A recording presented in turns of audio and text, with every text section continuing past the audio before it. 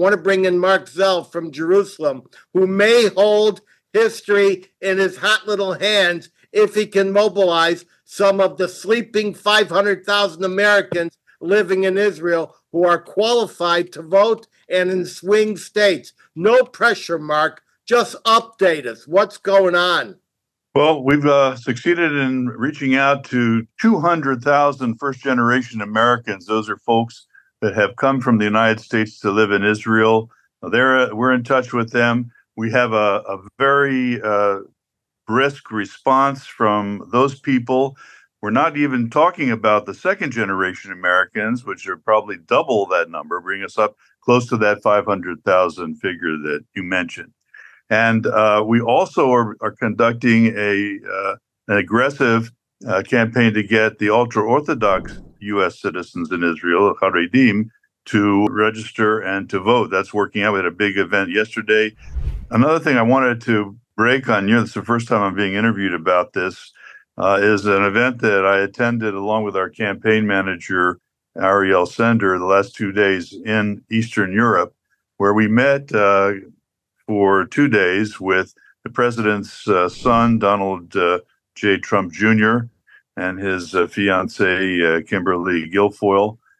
It was an extraordinary meeting that included many conservative leaders from different parts of Europe.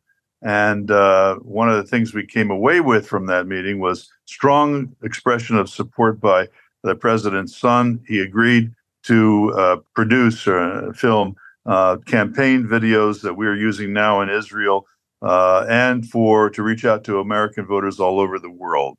That is happening now and can appreciate it. We have to abide by different rules in some 51 U.S. jurisdictions, which are changing all the time. But one of the problems we're facing right now, we've turned to the Republican National Committee and to the Trump campaign to help us convince state election authorities to allow the absentee ballots that people are now filling out to be submitted by electronic mail and fax. 2 states, Missouri and Texas, allow for this when the voter is located in a hostile fire zone. But the rest of the states do not. We are looking for some help on that. If you know anybody in your world and your universe, Edwin, and the people here on your program who might reach out and just help our voters overcome the problems of getting their votes out of Israel with the truncated mail flights and the cancellation of all the airlines except for El Al practically, we can't get our votes to the United States in time. So we need help in that respect. But we're very optimistic and working hard to make this a reality. Like you said, the votes here in Israel could determine the outcome of the 2024 election. And it's incredibly important that you follow every little comma of all the laws, federal, local, state, even county, in organizing your votes and in submitting them, correct? That is definitely true, but it's a real challenge because, we'll take New York, for example. The State Board of Elections takes one position regarding the mailing in of voter registration forms, and the local county boards of election in Nassau County, New York City, the various boroughs take a different view altogether. We've been coordinating with them in order just to understand what are the rules our voters are supposed to file in order to register and vote in this election. But we're doing it. We've got it under control. Now, you said that the Haredim, that's the religious guys. The Haredim are not just the Orthodox, but let's use the term a lot of people don't like, ultra-Orthodox, who dress in the black hats, et cetera, et cetera. In what cities are you going to find Haredim in Israel who are willing to register and vote?